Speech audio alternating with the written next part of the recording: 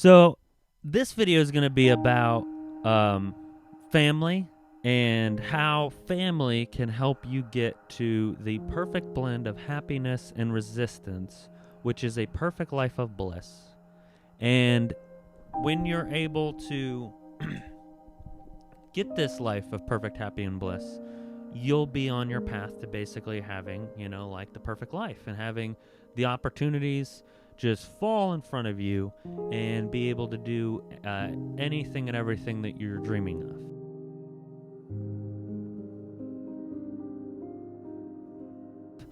So I'm making these videos for myself kind of as a documentation of how I think and how things are currently going for me right now. And then I'm hoping to be able to use these for like my kids and possibly other people that want to use the video, use the ideas, because a lot of the ideas that I come from are from like other people in my family or other people in life, other people that I've adopted in as family, and other just things in life that have been around me. And I think that family affects you and your decisions, affects me and my decisions, all the way down to like every cell that's in my body. I feel like as I've gone along, I've shedded off cells and I've shedded on new cells, and as those cells come and go, they carry information in between them, and they cause you to basically think and do and act and be something else. So your current state of mind is constantly dictated by everything that's around you and what you allow it to what you allow it to affect you. So if you have situations in your life that you don't like, and you're able to in your head understand that and not let it affect you, then you're able to live that perfect life of happiness and resistance, and you're able to dictate what you want in life. Because if you're able to be disciplined, educated, and open-minded, then you're able to dictate in your life what you want and what is going to work for you every single day, and you're going to try to stay in this consistent land and this consistent place. And the key is to jump from island to island, basically. So as human beings, we have this ability to go into a very difficult remote area and still stay alive. I don't know how, but we still do it, right? It is really scary, I can imagine, to be somewhere completely away from food, water, shelter, any kind of safety, and still stay alive. And the easiest way for us to do that has been with family and with helping other people and with cooperation and with groups of people. By the way, I saw a statistic that said that tribes of 150 people have always seemed to be the most perfect number. More than that means that you have to start moving into heavy farming, and then anything less than that means that maybe you have a closer net of people, and then it would just be more of like a family related as opposed to like a community. So if we're able to understand each aspect of your life and how people around you are cooperating, you'll be able to kind of dictate what you like and don't like, and what you're allowing in your brain, allowing in your mind, allowing in your thought process to be benefiting you or not benefiting you. So whenever you have a family, how would you do that? Because let's say that you're young and you're like, of whatever age before the age of 18, you can't just decide to up and leave. I know people have done it. I know that 13 seems to be a great age for a lot of people to just leave, or 12 or 13, but it's not possible unless you have somebody else cooperating with, because the roof over your head has some cooperation with another person in most cases. I mean, I get it. You might have paid all the payments and paid all this, paid all that, but somebody somewhere might have helped you build it. Somebody somewhere might have helped you, maybe it was a contractor or something. So any and everything in your life has to be cooperated with another human being. So if you're able to fix your family into a place to where they are helping you and benefiting you, then that's obviously the most beneficial. So how do you work with somebody else? obviously, if you have a family, you have to deal with them as they are, and you have to deal with the situation as it is. And the only thing that you can do is act differently. So, know your audience. If you know that your dad is constantly going to roll his eyes at something, or he's constantly going to this, or he's constantly that, don't be surprised when he does it. Don't get aggravated again. Oh, I've told him 1,000 times I hate it when this and that. Well, they're not going to. They're not going to change for you. They love you, they want to, but they're not going to. So, in life, you constantly have to look at who your audience is and who your situations are, and enjoy what it is that you enjoy about them, and love them for what you love them for, and then not judge them and not sit there and go, I wish it was this way, or I wish it was that way. And like I said, this is like huge advice for myself, because as a smaller person, I would see things working a certain way, and then I'd see the people around me be like, no, that's not the case, and I'd be like, what do you mean? So it kind of adds this separation, because whenever you're trying to do something a new way, a way that everybody around you isn't doing, it may not look like it's even going to work, and on top of that, it might not even work. So for you to even try to push it and all that on this other person, who is somebody you care about and respect, is very difficult. So in my life, that has been the most difficult part, because I have tried to figure something out in my own life, and then I've asked for advice, or somebody around me has not necessarily agreed with that new way, and it caused me to not want to do that new way, and caused me to do less performance or different performance.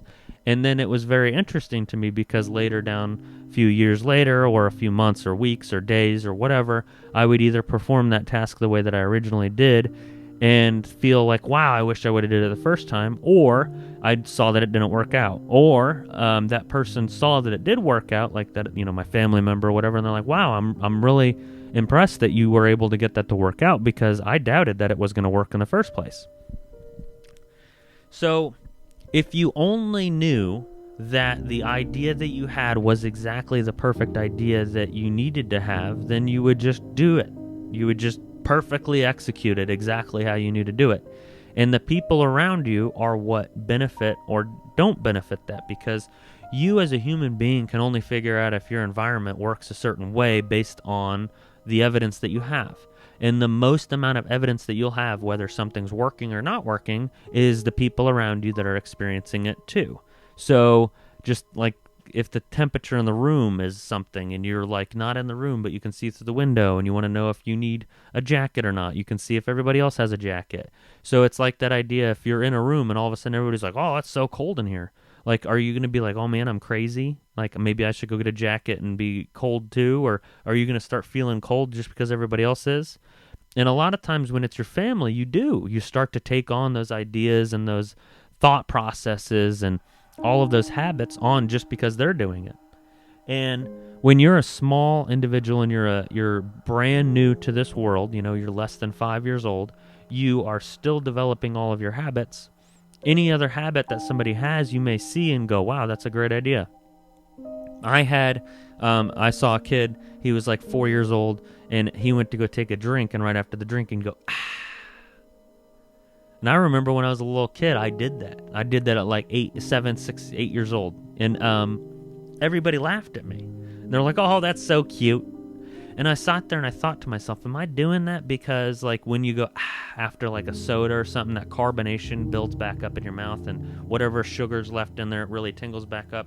Or am I doing it because I saw my dad do it 1,000 times? I'm thinking I probably did it because my dad did it 1,000 times.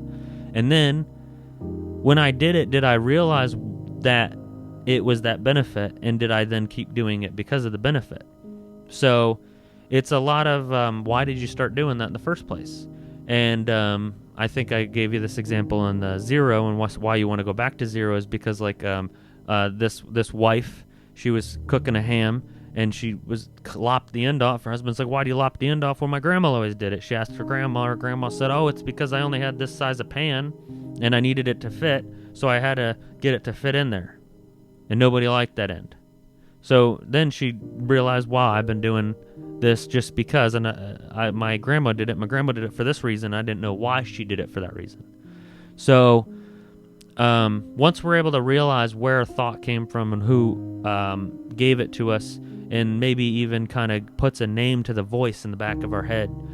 So whenever you have those angels on the side, the angel and the devil on the side of your mouth, or side of your mouth, the side of your shoulders, does it, who was it? And whenever you put a voice to it, you'll kind of understand, oh, well, that's because that was my grandma. My grandma always did it this way, and she did it this way because she lived in this city, and in that city they had these situations and these rules and these types of people. So maybe in this situation I don't need to do it this way, or I do still need to because my grandma always did it this way, and she did it this way because of this and this and this.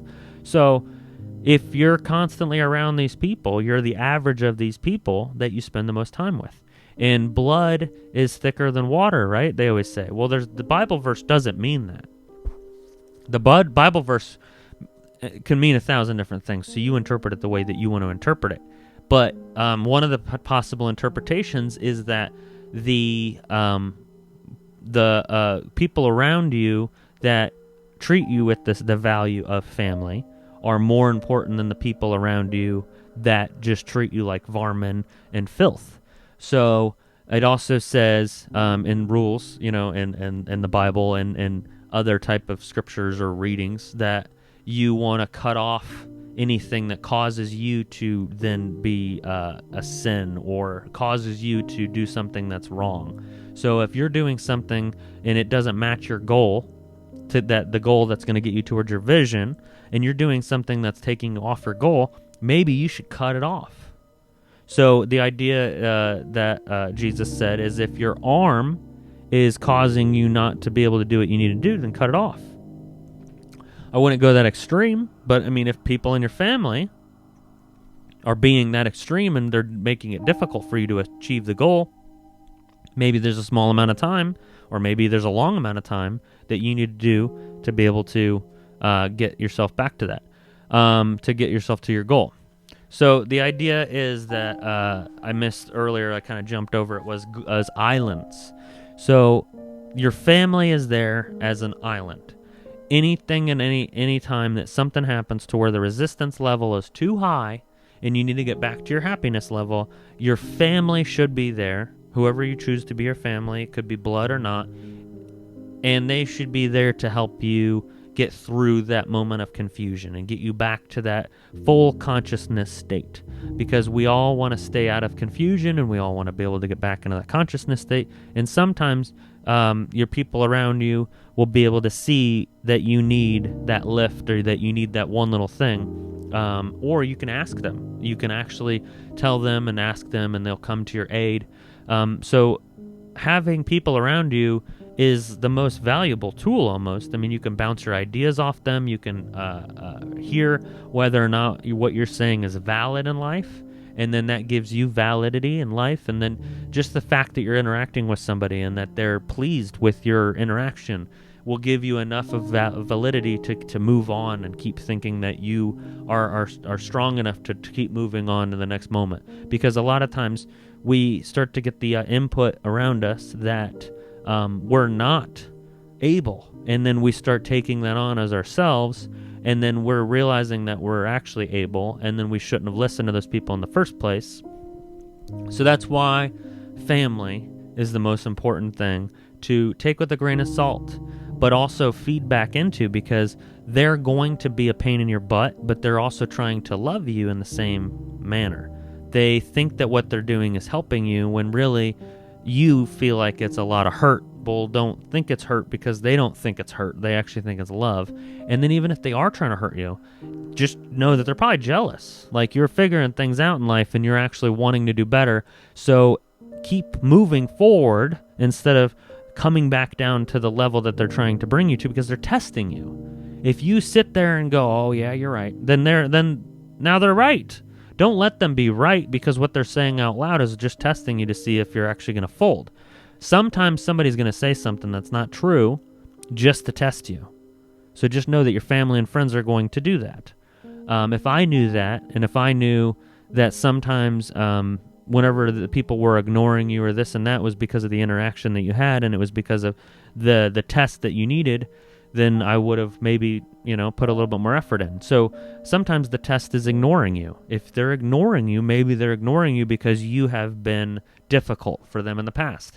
So then the next time you're around them, try not to be difficult, and maybe they'll want to spend more time with you, and then now you're interacting the way that you want to be interacting. Sometimes you need to save certain things that you need to get off your chest for people that aren't your family, so that way you can save that relationship for the happy moments. Because the whole point of life is to be a perfect blend of happiness and resistance.